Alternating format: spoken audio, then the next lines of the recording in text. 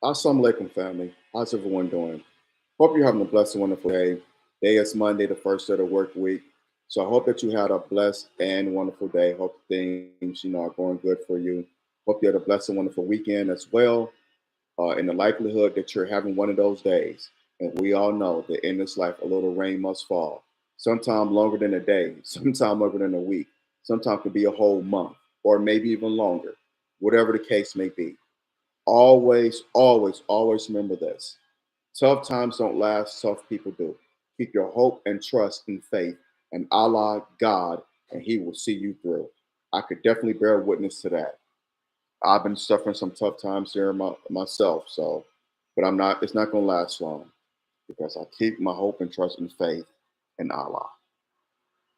With that being said, let's get into the topic for this video. I wasn't going to talk about LeBron James and Stephen A, but since like everybody's talking about it, and when I started doing these videos, I said that if the black community is talking about it, then I'm going to talk about it, and I'm going to give my take. And since this seems to be barbershop banner, I'm going to dive in and I'm going to take the bait and talk about it and give my take on it.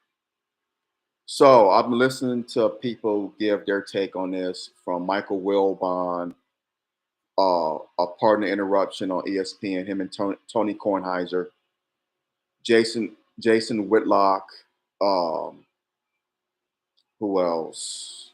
Uh, uh, Kendrick Perkins, Broadman on ESPN. Don't he sound like Broadman? Um, Matt Barnes. Who else was it? Kwame Brown. So different people. So, and these are former basketball players. Oh, and Shannon Sharp and Chad Ochocinco, two former football players. So here's my take. And I'm kind of leaning toward what Jason Whitlock said. I believe it's all a farce. It's a farce. And it's embarrassing because NBA ratings have been suffering this year. They've been suffering. Viewership is down significantly. Um, Fans don't like the players. There's load management. The players, they miss games for just the dumbest of reasons. Um, they're cheating the game. It's like, okay, your middle finger hurt, man, play. Your elbow hurt, your pinky hurt. Not a sprain, but just like you pricked your finger and you out for 2 weeks or something dumb like that. This load management. And fans these NBA tickets are expensive. So fans pay their money to go to these games, to see their favorite players, and next thing you know, they sitting out. Oh, I'm tired. Oh, I'm this. And so they just don't like NBA players. And then the way they disrespect players from the previous generation. Um, LeBron made a comment that Giannis Antetokounmpo could score 250 points in a game in the 1970s. Like they didn't play defense in the 1970s. LeBron, and this is why I cannot stand LeBron James. I never was a LeBron James fan, and he makes it so easy for me not to be a fan of his because he just says the dumbest things. They played defense in the 70s, more so then than they do now. Giannis would not score 250 points a game, let alone 60. They would have laid him on his behind. Mm. You have players like Jerry Sloan, Dave Cowens, um, Artis Gilmore, the late great Maurice Lucas. Do you think they would allow Giannis to come down the lane, or this man Bob Lanier, Kareem Abdul-Jabbar, Kent Benson, all these old players from that era? You think they would allow Nate Thurmond? All these players popping in my Wilt Chamberlain, all these big men that played back in the 70s. You think they would allow Giannis to come down the court, come down the lane and dunk on them? You out of your damn mind. You don't know jack about basketball, LeBron.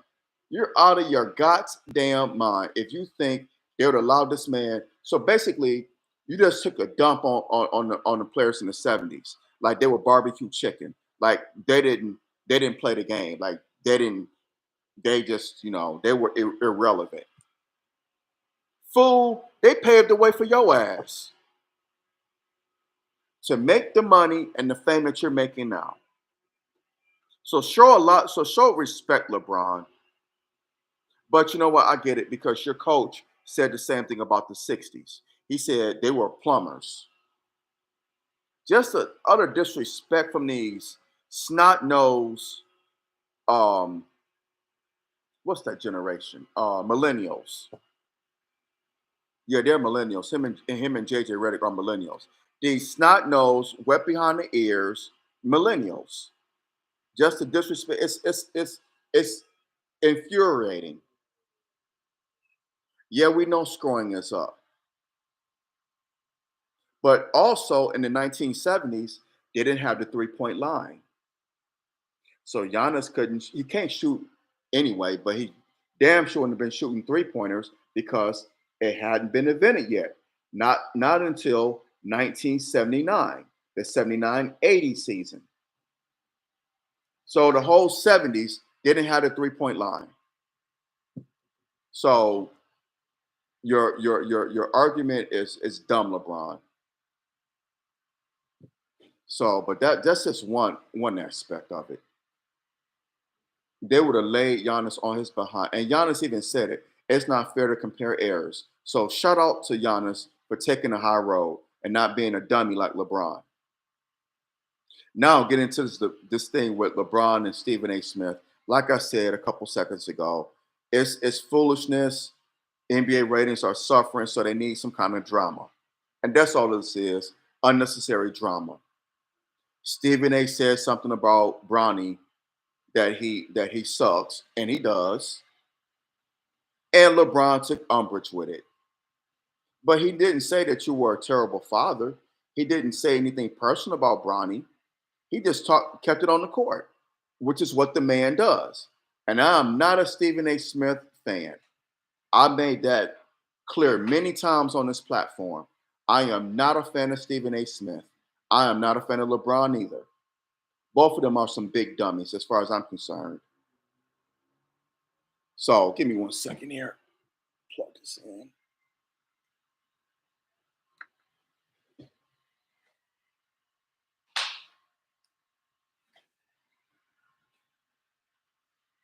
Hit that thumbs up button, smash that thumbs up button now. Hit the subscribe button so you get notifications whenever I do videos on here. I have to plug this computer up. So there we go. But I'm not a fan of either one of these idiots. Stephen A., he talks out of his neck so much.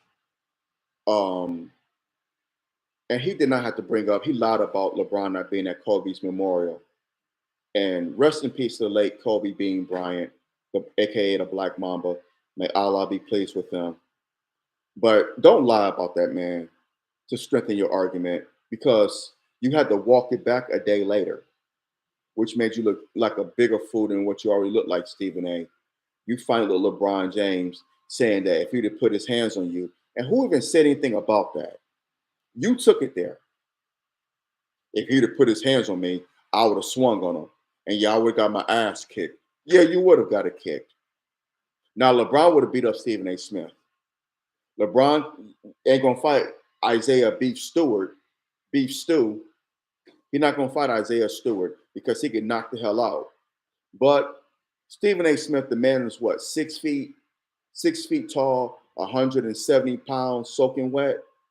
LeBron is 6'9", 260 pounds. Yeah, that would have been an unfair fight. But why even go there with that? Stephen A., you couldn't bust a grape in a wine factory. So You couldn't punch your way out of a wet paper bag with scissors in your hand. So we know that you're not a tough guy. So stop the tough guy act. We saw your boxing skills. What's that?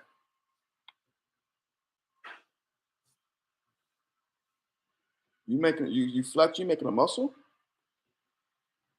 Man, stop it. Stop it. You did your job. You did what you're supposed to do. You talked about Bronny, and you were right. I agree with you. But let's stop it with all the tough guy stuff because you ain't tough. You may not even be from Hollis, Queens. You're probably from Long Island. And no disrespect to Long Island, but you may not even be from Hollis. How do we know? I'm just saying. Now, LeBron James. You went on Pat McAfee's show last week and you had some disparaging things to say about Stephen A. Smith and Brian Windhorst. Dude, LeBron, you're a clown. You are a clown.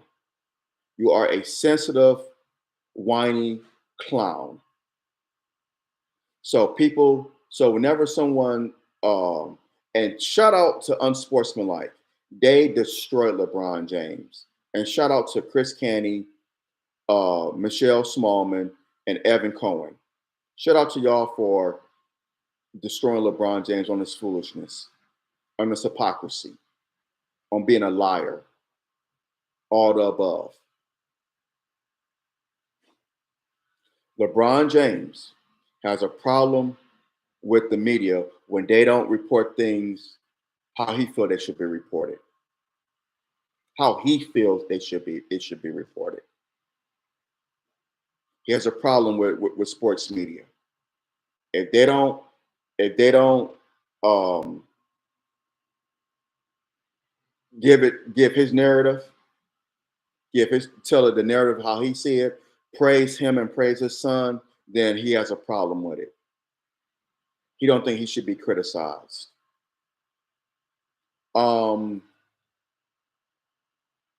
Michael Jordan was criticized early in his career. He was called a ball hog. They were saying that he would never win a championship because he doesn't know how to play team ball. He doesn't pass the ball. This was early in Michael Jordan's career. Then they criticized him for gambling. They criticized him for playing golf. So MJ was criticized. Magic Johnson was criticized in the '84 finals. Tragic Johnson. All those turnovers he had in the '84 finals against Boston. Kareem Abdul-Jabbar, Lord knows he was criticized. He was criticized unfairly. He's not friendly with the media. He doesn't want to talk to us. He's aloof. He's this, he's that. No, the man was just private. Bill Russell was criticized. Oh my God, was Bill Russell criticized? Are you serious? Being pro-black in the 1950s and 60s, playing in Boston, Massachusetts. Are you kidding me? Bill Russell was criticized. Again, unfairly. Allen Iverson, my God. AI was criticized because of his clothes. Remember the whole rant about practice? The way he plays, his cornrows, everything. Kevin Garnett, that whole era was criticized because it was the hip hop era, the era that I came up in. Kobe Bryant was criticized as an egotistical ball hog. He was accused of running Shaq out of LA. Criticized for refusing to shoot in that epic game with Game 6 or the first round against Phoenix in 2006. Refusing to shoot the ball. He was criticized heavily on that. He was criticized in the '04 NBA Finals against the Pistons, my Detroit Pistons. So LeBron, shut your trap. Players have been criticized long before you came along and while you were early in your career. Because you played when Allen Iverson was around, you played against the late great Kobe Bean Bryant, and Allen Iverson, and Kevin Garnett, and those guys. So you're lying. They've all been criticized. It comes with the territory. So stop being a whiny little punk and take your medicine. You don't want to be the face of the league, but you're the face of the league. Funny how that works. So both of these guys are ridiculous. They're buffoons. Stephen A. Smith is a buffoon. LeBron James is a buffoon. Two buffoons going at it. It's a buffoonish fight, a buffoon a brawl. Neither one of them can fight. I give LeBron James, if they would go at it, which I'm not a fan of, because we had the whole thing with Will Smith and Chris Rock 3 years ago. So we don't need, and this is what they want. They want to see two black men beefing, talking about slapping. If he would have slapped me or hit me, I would have hit him back. Man, stop. It's lame. Jamie Foxx and Charles Barkley are absolutely right. It's lame. It is so lame. It's weird. This whole beefing thing, it's dumb. It's so, but I get it. The NBA needs ratings, and they need to create a drama. Disney owns ESPN. Disney pretty much owns the NBA. And Bob Iger and Disney, they need to create some drama, a soap opera. And how sway that they do it now. How convenient. Because everybody's talking about it. They're not talking about how the Pistons tripled their win total from last season. They won 14 games last year, and they've won 43. They're on the verge of securing the fifth seed in the Eastern Conference. Hopefully, the fourth seed. They may host a playoff series. They may have home court in the first round of the playoffs. May. So they got the fifth seed right now. They're gonna make the playoffs, not the play-in, the playoffs, y'all. I didn't even have the Pistons making the playoffs this year, and they're my team. I had them like in a play-in, I think, like maybe 9 or 10, but I didn't have them up to number 5. They superseded my expectations. But we're not talking about that. We're not talking about the job JB Bickerstaff, and shout out to him, the job he's done in Detroit. Cade Cunningham, Shea Gilgeous-Alexander. We're not talking about any of this. We're talking about two buffoons, Stephen A. Smith and LeBron James. Two buffoons. Just ridiculous. But again, the NBA has become like the WWE. It is. This is like Stone Cold Steve Austin and Vince McMahon. They hate each other when the bells when WWE premieres. When Raw premieres, oh, they hate each other. But when Raw ends, they all at the bar having a drink together. It's staged. Staged drama. That's all this is. Staged drama. I know some of y'all gonna disagree with me on this, but it is. Because the NBA's ratings are suffering and they need to drum up something. Just like what WWE, just like what WCW used to do. They need something to go on. They need something to to to grow their brand, to get more viewership. I think it's downright sad personally, but you know what? It is what it is. It is what it is, and it ain't what it ain't. So that's my take on it. This is my take on it. So, y'all you know, say whatever, but that's my take. What else? The NCAA tournament has been garbage. It has been.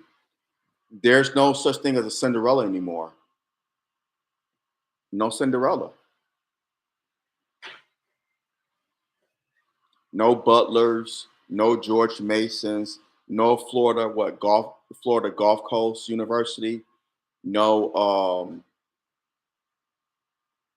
no Chicago Leola Chicago and Saint what's her name? Saint Jean from Leola Chicago, the nun. Y'all remember that run they went on back in 2018? No Leola Chicago, no Butlers, no Valparaiso's, no George Masons, Florida Gulf Coast. None of these small schools. You got 4 number 1 seeds in the Final Four. This hasn't happened in 17 years. 17 years. 4 number 1 seeds. Houston, Auburn, Duke, Florida. Auburn and Florida play each other, and Duke and Houston play each other. I think it's going to be Florida and Duke in the championship. I have a feeling. A lot of people have picked Florida to win it all. I know on the college basketball analyst on ESPN, Jay Billis, Jay Williams, Seth Greenberg, and Reese Davis, all 4 of them picked Florida to hoist the NCAA men's championship. They did. They picked Duke to be in the final game, to be the runner-up, but they picked Florida to win. We shall see. Auburn's a good team. Houston's a good team. So they're nothing, don't take them for granted. Because it could easily be Auburn and Houston. Could easily be Auburn and Houston. You got 4 number 1 seeds. This hasn't happened since 2008. Last time this happened, it was Memphis, North Carolina, UCLA, and Memphis, UCLA, North Carolina. What was it? Oh, and damn it. Oh, I'll have to look it up. But it was Derrick Rose. Derrick Rose, his first and final year against Russell Westbrook, I believe. It was Russell Westbrook and Kevin Love at UCLA in the 2008 season. Tyler Hainsborough from North Carolina. Who was that? Oh, Kansas. Duh, Kansas. How can I forget that? Mario Chalmers. That's right. It was North Carolina, Memphis, UCLA, Kansas. Mario Chalmers, that 2008 Kansas team, who won the championship. They hoisted the men's championship that year. Mario Chalmers. How could I forget that? Because it was 3 blue bloods, and Memphis. So the blue bloods being UCLA, Kansas, North Carolina, Memphis. John Calipari's, I think, next to final season in Memphis with Derrick Rose. That's the last time there have been 4 number 1 seeds. 17 years. But now, with back then you didn't have the NIL, you didn't have the transfer portal. Now the smaller schools and the major schools, they've become the AAA affiliates for the bigger schools. What I mean by that is that a school like Butler, a school like UCLA, these smaller, no, I'm sorry, not Butler. Yeah, not UCLA, excuse me. A school like Butler, a school like Valparaiso, a school like Florida Gulf Coast University, George Mason, these smaller schools, They are like the AAA affiliates for bigger schools like the North Carolinas, the Dukes, the Kansas, the UCLA's, the Kentuckies, those schools. So these young men, they come to these small schools, mid-major schools, and then next thing you know, they're going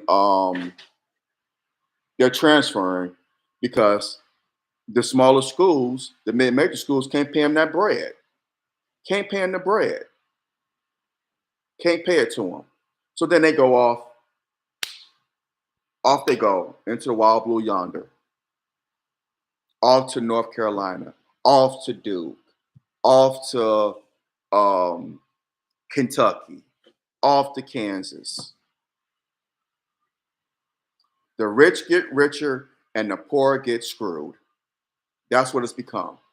And I'm all for these young men getting their bread. I'm all for it. But at what point does it become where morals and doing the right thing comes into play? You recruit a young man who hasn't been recruited by the Kentuckys and North Carolinas, the Dukes. Small school, mid-major school recruit him. They show this young man that they mean well, his parents, his guardians, and we're going to take care of him. He blows up in the tournament, and then he demands more money. Well, the school can't pay that money. They can't give him an NIL deal like a Duke or North Carolina or a Kentucky can. They can't. Their coaches ain't making that much money. They're making money, but not as much as the Bill Selfs. Who's the coach of Duke now? I can't think of his name. It was Coach K, but he's not there. He retired. But they're not getting the money like a John Calipari. They're not making that type of money. Like a who's the coach at North Carolina now? Like a Hubert Davis. They're not getting that money. So the young man was like, oh, well, I could get a sweeter deal somewhere else. And off he goes. There needs to be like, they need to have a clause signed, like they do, at least in professional sports, they have contracts. They need to have contracts with these players. Give us at least 2 or 3 years. 3 years. Give us at least 3 years. Sign a 3-year deal to stay at our school to help us get better, help us recruit. Because it's not fair to the smaller schools and the mid majors. Cinderella is dead. There is no more Cinderella.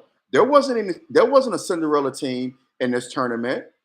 I can't. I've been watching the NCAA tournament for over 40 years now. Well, at least about 40 years. I've never ever remember a tournament without a Cinderella. There weren't any Cinderellas. Mount St. Mary's got knocked out. They got blown the hell out. What was another small school that was in the tournament? Grand Canyon. Grand Canyon University got blown out. So it's just crazy. And I know what people say, well, the coaches, they're making a lot of money. But yeah, the coaches are under contract too. The players aren't. So there you have it. So the NCAA tournament again, it's been boring. 4 number 1 seeds, big surprise. Houston, Auburn, Duke, Florida. Mm-hmm. So if Houston if Auburn beats Houston, no, I'm sorry. If Auburn beats Florida and Houston beats Duke, will that really be an upset? Because all 4 of these teams are number 1 seeds. Will it really be a surprise if it's Auburn and Houston? Really? Will it really be a surprise? I know it may hurt Vegas, but again, they're number one seeds. Auburn beating Florida, it's not an upset. Houston beating Duke, it's not an upset. It's not, y'all. No Cinderellas. Um, the NIL and greed has ruined college sports. Again, I'm all for the players getting their money, but at some point, it has to be. They have to redo this. They have to go back to the drawing board and have the players sign contracts. If the coaches have to sign contracts, the players should sign the contracts. And I say that because it's at least with a contract, it's an agreement. It's an agreement. The players should get their money. And I've always said, even going back to the '90s, when me and my father, may Allah be pleased with him, why is it fair that the players get nothing, but the coaches sign these multi-million-dollar deals? How crazy is that? The coaches get paid multi-millions of dollars, multi-millions, but the players don't get paid nothing. This is before the NIL and the this for the NIL deals. It's just it still baffles me. You're coaching amateur sports, but you get paid. Your contract gives you $12 million a year. You're the highest paid person on that campus. You're making more than the school president. Absolutely, utterly ridiculous. But that's my take on that. Something has to be done because it has become like the Wild Wild West. Moving along, the Pistons Pacers brawl. Well, excuse me. Pistons Pacers play Pistons Pacers. Pistons Timberwolves. The Pistons and Minnesota Timberwolves played yesterday in Minneapolis at the Target Center. And with 8:36 left in the first half, an all-out brawl broke out. It got chippy all game between Dante DiVincenzo and Isaiah Stewart, aka Beef Stew. I know Beef Stew. It was a play that he walked up and he elbowed or pushed, like bumped into Dante DiVincenzo, and he got a technical on that. They gave him a T for that, which is kind of cheesy. Man, let him play. Let him play. That's cheesy. Was that what he got the technical on, or was it something else? Maybe it was a push or something he did, but he got a technical, which was cheesy. Just a shove. See, whatever. Nas Reed drives to the basket. Ron Holland III, our sensational rookie, strips him of the ball, swipes the ball, knocks it out of his hands. They call a foul. Ron Holland turns to look at the ref. Next thing you know, Nas Reed is wagging his finger in Ron Holland's face. Ron Holland takes umbrage with that, and rightfully so. Don't wag your finger in my face, man. I'm a grown ass man. I'm 19 years old, but I'm grown. Don't wag your finger in my damn face. Doing like this, wagging his finger in his face. Dante DiVincenzo, it has nothing to do with him. He comes over, and Ron Holland pushes him out the way. Dante DiVincenzo put his forearm up against this young man's neck, drags him into the crowd, drags him into the onlookers that's sitting by the baseline, behind the basket. Nas Reed comes over, and they double team Ron Holland. Isaiah Stewart, aka Beef Stew, sees this, and he goes to put hands on Dante DiVincenzo. Marcus Sasser goes to defend Isaiah Stewart. Rudy Gobert shoves him, and And Marcus Sasser goes to defend his teammate, who's double teamed. Next thing I know, the assistant coach on the T-Wolves and the Pistons coach, JB Bickerstaff, get into a shouting match. And JB, and they both get ejected. So you had 3 players on the Pistons: Isaiah Stewart, Ron Holland III, and Marcus Sasser get ejected. You had 2 players on the Timberwolves: Dante DiVincenzo, who who started it. Well, really, Nas Reed, who started it, and Dante DiVincenzo, who escalated it. They got tossed. I don't remember the assistant coach on the Timberwolves' name, but he got ejected. But why eject the coaches? They ain't like they were about to fight. Why eject them? These referees have gotten to be too much. They've gotten to be soft. They've gotten to be they just gotten out of hand, gotten totally out of hand. They make the game about themselves, and it's ridiculous. Enough is enough. My goodness. The Pistons are a physical team, but it was the Minnesota Timberwolves who escalated it, who instigated it. Nas Reed instigated it by wagging his finger in Ron Holland's face, and Dante DiVincenzo escalated it. But I'm sure they're going to be suspended some games, which is not fair. And as far as I'm concerned, Isaiah Stewart, Ron Holland, and Marcus Sasser should not miss any games. The one who should be missed games is Nas Reed and Dante DiVincenzo, most definitely. Dante DiVincenzo, 3 games. Nas Reed, 2. Let's be fair. Isaiah Stewart, none. Ron Holland, none. Marcus Sasser, none. And I know y'all say I sound like a homer because I'm a Pistons fan, but they were defending themselves. Isaiah Stewart went to go protect his teammate. He did what he was supposed to do. I don't think that warrants a suspension. Ron Holland was on the receiving end of being pushed into the fans. Why should he be suspended? Dude, Dante DiVincenzo put his hands on him. Nas Reed was wagging his finger in his face. But he gonna get suspended? No, no. And Marcus Sasser was going over there protecting his teammates. He should be suspended? No.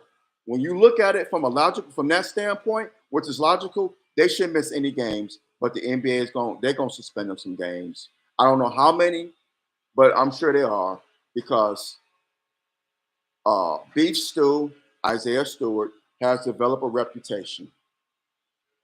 Even though he's improved his game each year he's been in the league, he's developed a reputation, and not a good one. So they're gonna make an example out of him, which is not right. Because Dante DiVincenzo, old punk tail, started that crap. And let's be real, Isaiah Stewart would have beat the marinara sauce out of Dante DiVincenzo. Let me repeat myself again. Isaiah Stewart, aka Beef Stew, would have beat the marinara sauce out of Dante DiVincenzo. He would have. He was about to beat the hell out of LeBron James a few seasons ago, and LeBron was scared. That's right, LeBron sexuals, y'all man was scared.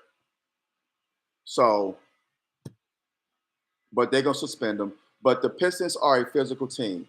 Like Isaiah Thomas said on NBA TV, the Pistons don't shoot 53s a game like the Celtics. They don't do that. Yes, they do shoot threes, but when the 3 is available, when they're open, they don't shoot that many threes. They don't do that. That's not their style of play. That is not their style of play. It's not. They're not Boston. They're a physical team. they're a defense-minded team. And JB Bickerstaff has instilled that into them. And shout out to him on that. So people want to call them the old bad boys. Okay, we'll take that. The going to work Pistons. They were a physical team.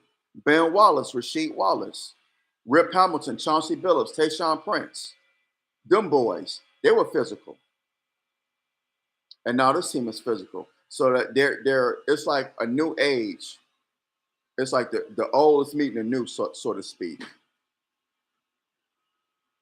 And the Pistons aren't this Pistons team aren't as physical as the bad boy Pistons of the 80s and 90s or the going to work Pistons of the early 2000s.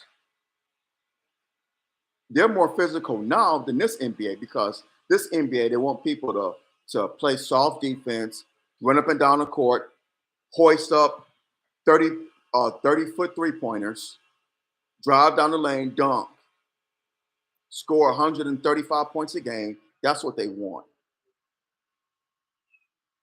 But this Pistons team, they play defense. They're gonna body you up. They're gonna be physical on the boards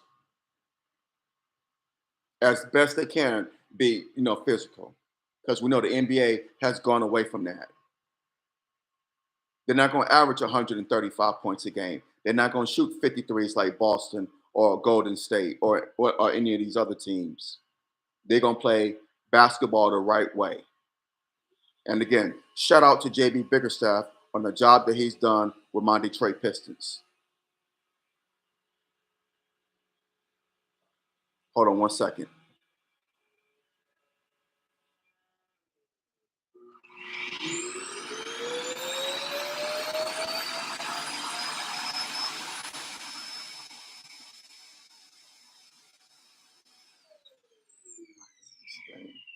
Oh, this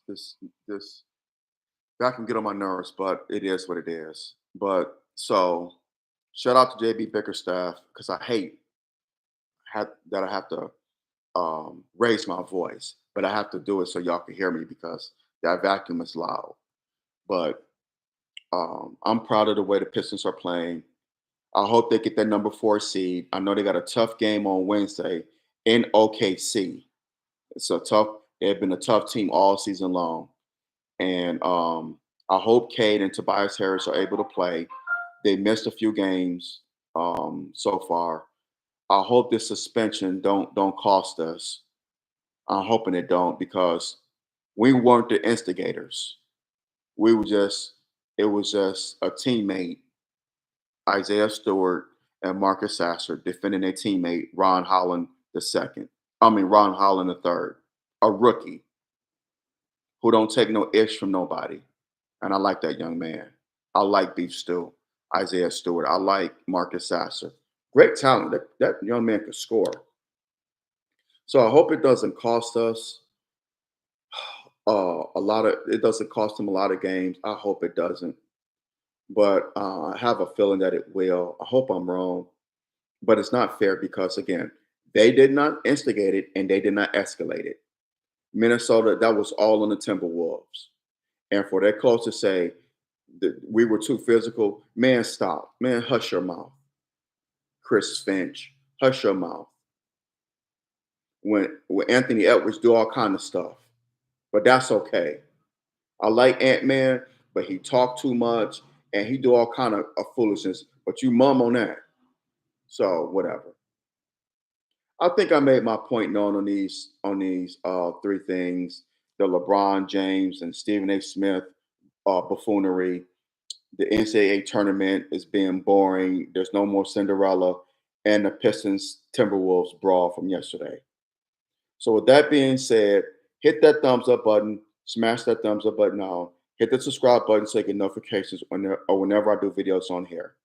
Drop your comments below. Let me know what you think. Share this video. Share it, share it, share it. Share it as much as possible. Let's have the conversation. Even though it's sports, this is about sports, but we can still have this conversation. I know without a shadow of a doubt, there are going to be people who disagree with me, and that's fine and dandy, especially with this Pistons Pacers brawl and with that the NCAA tournament and LeBron James and Stephen A. Smith. I already know. So with that being said, let's agree to disagree without being disagreeable. In our disagreements, let's use logic, common sense, facts, and respect, not emotion and disrespect. That'll get you nowhere. So let's agree to disagree without being disagreeable, even on this. Support my YouTube channel here, my future projects. I need um I need y'all love and support. I cannot do it without y'all. Believe me when I tell y'all that. Y'all love and support means a lot to me. Cannot do it without y'all love and support. So please, please continue it. Please. Brothers as well as sisters, y'all be safe out here. Beware and be aware. Satan comes to kill, steal, and destroy now more than ever before. So please be safe. Whether you're going to work, coming home from work, dropping your children off at school, picking them up, whether they on spring break, which the children out here, they're on spring break, or whether you're on vacation, running errands, whatever the case may be, please be safe. Beware and be aware. Satan comes to steal, kill, and destroy now more than ever before. I love y'all. I will talk to y'all soon. Inshallah. Y'all have a blessed, wonderful day. I'm out. Assalamu alaikum.